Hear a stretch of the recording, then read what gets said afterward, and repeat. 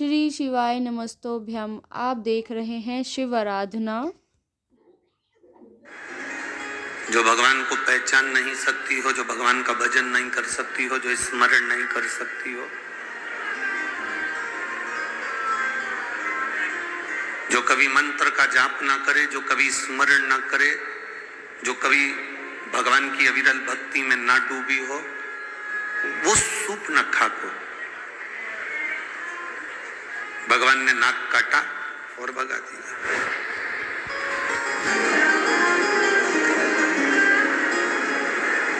नाक काटी मतलब जब जो भगवान का भजन करने नहीं जाता, जो स्मरण करने नहीं जाता, जो मंत्र जाप करने नहीं जाता, जो कभी भगवान के सत्संग में नहीं जाता, और उस व्यक्ति को बार बार कोई कहता है कि अपने गांव में कथा हो रही है, नासिक में कथा हो रही है, चलो शिव महापुराण की कथा सुनने चलो, और वो नहीं जाए तो लोग कह देते दिन भर घर में बुक रहती है, व्यस्त रहती है, थोड़ा सा जाया करो, सत्संग किया करो।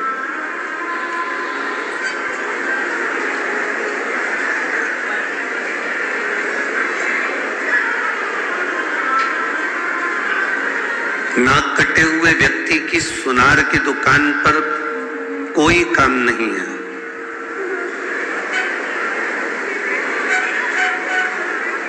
नाक कटी हुई व्यक्ति की सुनार के दुकान पर कोई काम नहीं होता। उसी तरह नासिक में नास्तिक का कोई काम नहीं होता।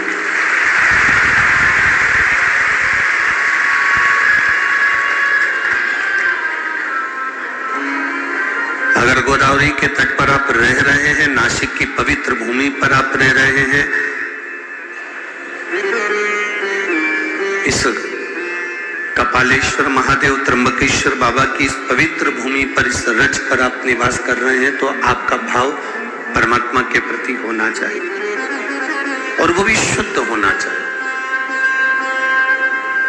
उसमें दिखावे का कोई काम ना हो आपका, कोई भ्रमित होने का कार्य ना हो आपका। सोमनाथ जी में रहने वाले गुजरात के भाई इतने खुश होते हैं कि हम सोमनाथ जी की धरा पर रह रहे हैं। उज्जैनी में रहने वाले, महाकालेश्वर के पास रहने वाले इतने प्रसन्न होते हैं कि हम उज्जैनी में रह रहे हैं। विश्वनाथ में रहने वाले, काशी में रहने वाले इतने प्रसन्न होते हैं कि हम विश्वनाथ की नगरी में रह रहे हैं। कृष्णेश्वर भीमा शंकर में रहने वाले इतने प्रसन्न होते हैं कि हम कृष्णेश्वर भीमा शंकर की नगरी में रह रहे हैं। नागेश्वर में रहने वाले नागेश्वर को देखकर प्रसन्न होते हैं। केदारेश्वर में रहने वाले केदारेश्वर को देखकर प्रसन्न होते हैं। रामेश्वर में रहने वाले रामेश्वर को देखकर प्रसन्न होते हैं। मल्लिकार्जुन में रहने वाले मल्लिकार्जुन को देखकर प्रसन्न होते हैं। पर 12 ज्योतिर्लिंग में जो प्रसन्नता है, उससे 1000 ज्यादा गुना प्रसन्नता त्र्यंबक की भूमि में होना चाहिए, क्योंकि मैं ब्रह्मा विष्णु और महेश तीनों। सारे 12 ज्योतिर्लिंग में केवल महेश भगवान शंकर विराजे हैं, पर केवल एक इस माँ गोदावरी का तट ऐसा है, ये भूमि ऐसी है नासिक की, जहां पर ब्रह्मा विष्णु और महेश तीनों एक साथ विराजे हैं। ये वो पवित्र,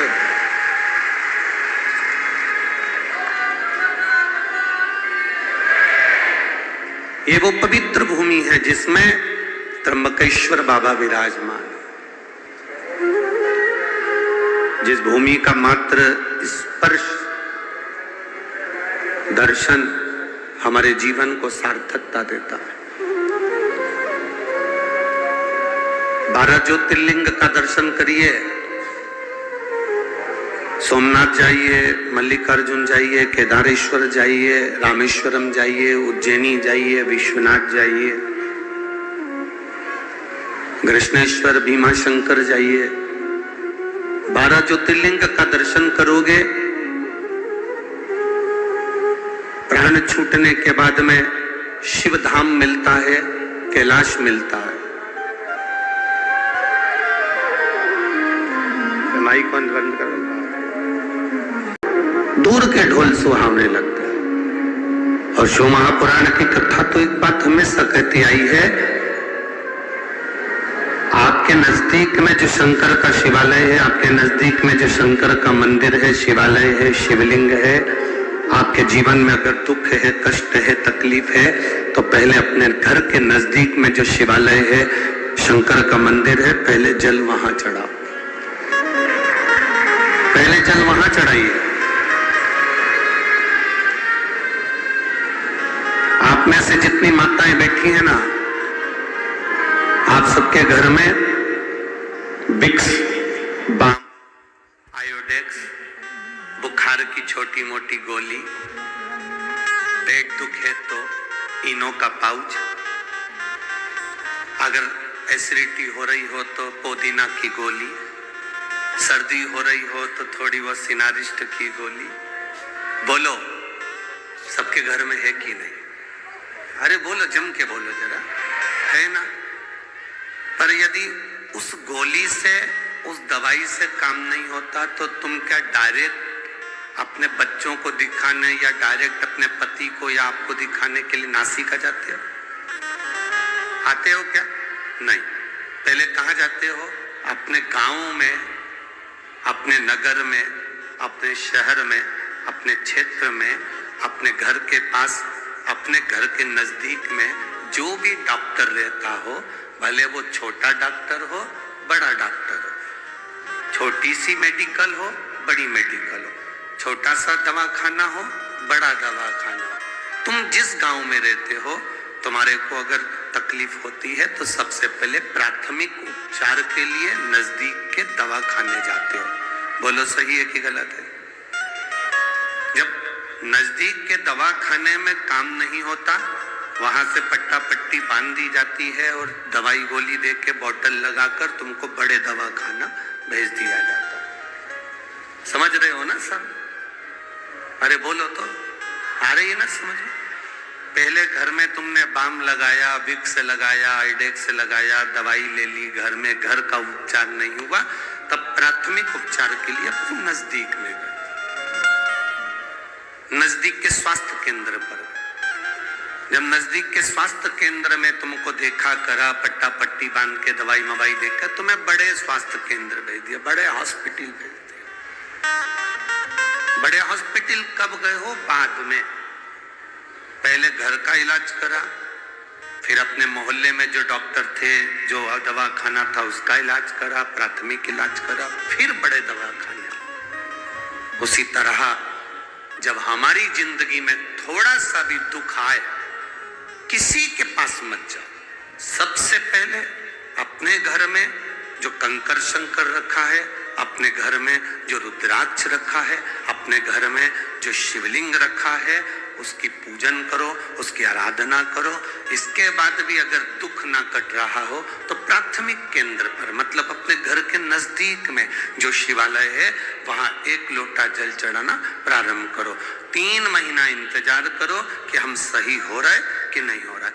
फिर जाकर कहीं मौका मिले तो फिर किसी बड़े शिवालय में जाकर भगवान से प्रार्थना, फिर जा।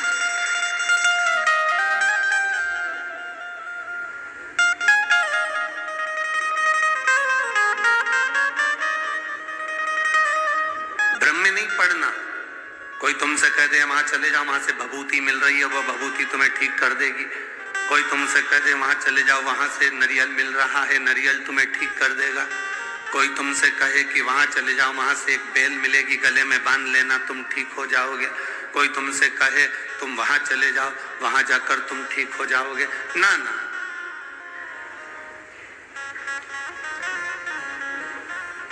पहले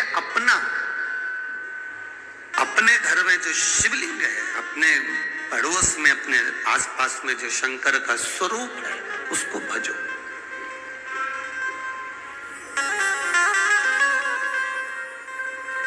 हम शिव महापुराण की कथा में एक बात करते आए हैं, आज फिर कर रहे हैं।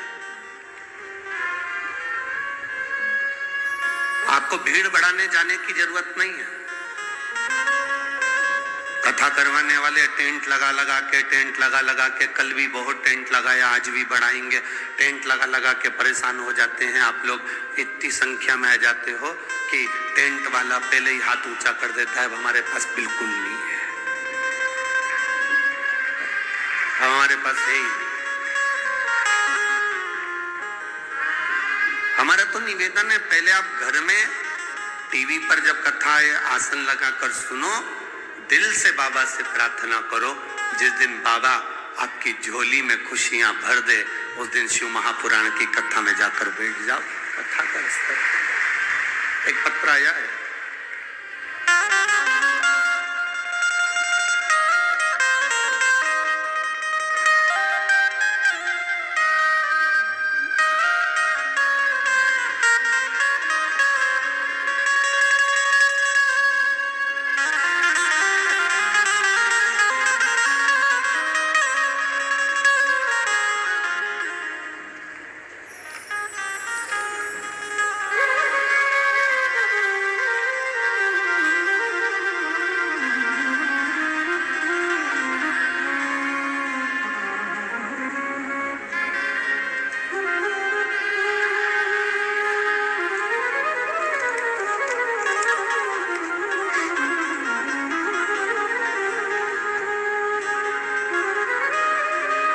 मेरा नाम अल्पेश राजेंद्र बांगुल, मोबाइल नंबर ये है। मैं बणी गांव से आई हूँ, जिला नासिक, तहसील विंडोरी। विंडोरी सही है? ठीक है। कहीं बैठी हैं? हाथ हिला सकती हैं। अल्पेशनी राजेंद्र बांगुल, मोबाइल नंबर ये है, बणी गांव से आई हूँ। कहीं बैठी हैं? हाथ हिला दो दीदी। ठीक है, दिख गए। एक बार वापिस हाथ हिला दो। श्री शिवाय नमस्तुभ्यं। अब ठीक है आप? फिर से एक बार हाथ हिलाओ। ठीक है जी। मैं बाबा का क्या वर्णन करूं गुरुदेव। मैं पहले मंदिर नहीं जाती थी, मैं भगवान को बिल्कुल नहीं मानती थी। 2023 में मेरे बेटे को अचानक कान में पीछे दोनों साइड में गठान हो गई। उस गठान का जब इलाज करवाने के लिए हॉस्पिटल गए तो जांचों में मालूम पड़ा कि इसको बड़ी बीमारी के चांस बनने लगे। इसका ऑपरेशन जरूरी है। ऑपरेशन होने के बाद ये गांठ वापिस जांच के लिए जाएगी। तब हम घबरा गए। हम भगवान के मंदिर नहीं जाते थे, हम भगवान को नहीं मानते थे। जैसे आज के लोग भटक गए थे, वैसे हम भी भटक गए थे। पर हमारी पड़ोसन ने हमसे कहा, पड़ोसन जी ने जो कहा कि शिव मंदिर में जाकर जल चढ़ाकर बच्चे को नंदी के पास बिठाकर कुंदकेश्वर महादेव के नाम से वो जल पिलाओ और उसकी गांठों पर लगाना प्रारंभ करो। चिंता मत करो, रो मती, कोई बड़ी बीमारी नहीं होगी और ऑपरेशन की भी जरूरत नहीं होगी। हम जांच कराकर आ गए। ऑपरेशन की तारीख निकल गई। पशुपतिनाथ का व्रत मैंने जिंदगी में पहली बार करा और भगवान के मंदिर में पहली बार पांव रखा। इतनी बड़ी जिंदगी में पहली बार जब मंदिर गई, बाबा को केवल इतना कहा, बाबा की कानों में 3 गठाने हैं, पर आप संभालेंगे तो सब हो सकता है। मेरी पड़ोसन सीवर वाले महाराज की कथा सुनती है और वो सीवर वाला महाराज कहता है, सारी समस्या का हल एक लोटा जल है। आप संभालिएगा बाबा।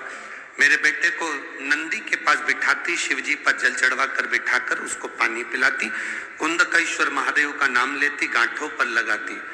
दूसरी बार जांच कराने के लिए हम जब वापिस पहुंचे तो बाबा की कृपा से तीनों गांठें गल चुकी थी और डॉक्टर ने कहा कोई बड़ी बीमारी नहीं, शिव तत्व है। दोनों हाथ हिला तो बहने के बाद हर हर महादेव। बैठिए, बाबा की कृपा, बैठिए। शिव तत्व इसी को कहा। अगर हमारा भरोसा प्रबल नहीं हुआ, हमारा विश्वास प्रबल नहीं हुआ। ये पत्र में उन्होंने एक लाइन बड़ी अच्छी लिखी है, हम तो बाबा के भरोसे चलते हैं, डमरू वाले के भरोसे चलते हैं। नीचे लाइन लिखी है, आप कहते हो ना कि टीवी के सामने बैठकर मांगा जाता है। मैंने जो मांगा मेरे बाबा ने वो मुझे दिया है। जो मांगा, आज पहली बार मैं कथा पंडाल में आई हूं और बाबा को धन्यवाद देने के लिए आई हूं। शिव तत्व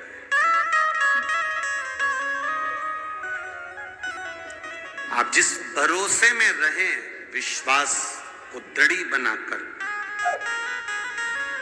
आप भगवान शंकर के मंदिर जाएं, अपने नजदीक में जाएं, कहीं भटकना नहीं। कोई कहे कि वहां ये चमत्कार हो रहा है, वहां चल चलो, वहां पर ये हो रहा है, वहां चल चलो, वहां ये हो रहा है, वहां चल चलो।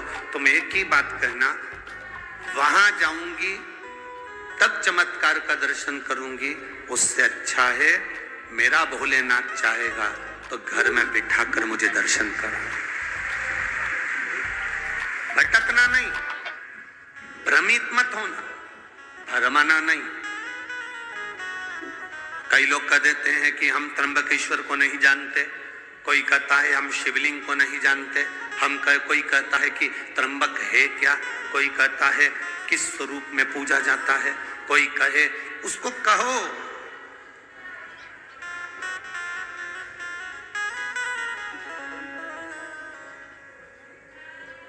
जो माता का दूध पीकर पैदा होता है,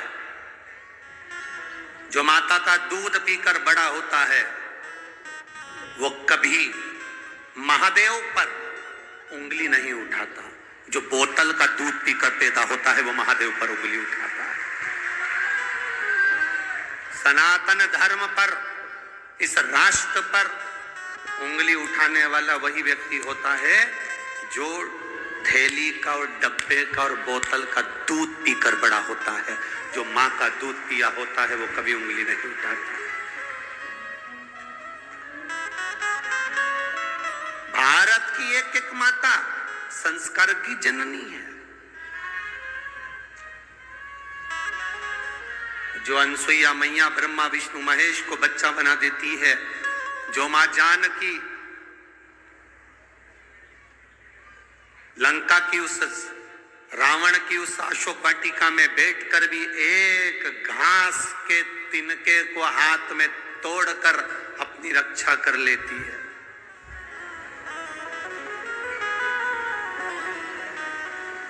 अरे दुनिया के लोग हंसते हैं, कहते हैं एक छोटा सा घास का तिनका, रावण उससे डर गया। रावण छोटा सा घास का तिनका। जब रावण आता था तो सीता उस रावण के सामने वो घास का तिनका हाथ में रखकर बैठ जाती थी और रावण उस घास के तिनके से डरता था। घास के तिनके से रावण डरता था। ऐसा क्या था घास के तिनके में? घास के तिनके में ऐसा क्या था? सीता मैया पृथ्वी से जन्म ली है, मां जानकी भूमि से पैदा हुई है और घास भी, जम के बोलो जरा, भूमि से पैदा हुआ। तो घास सीता जी का कौन हुआ? जम के बोलो जरा। भाई, एक नारी अपने पति के साथ जाती है तो भी उसको भय लग सकता है, पर एक नारी जब अपने भाई के साथ जाती है तो कोई भय नहीं लगता।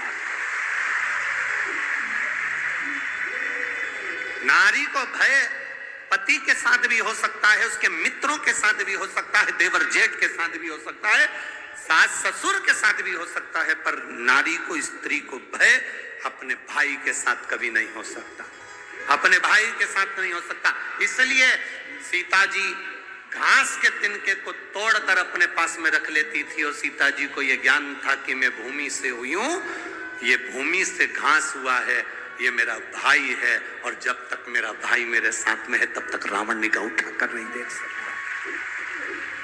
ये मेरा भाई मेरे साथ में है, रावण की इतनी सामर्थ्यता नहीं कि मुझे निगाह उठाकर देख ले, क्योंकि मेरा भाई है।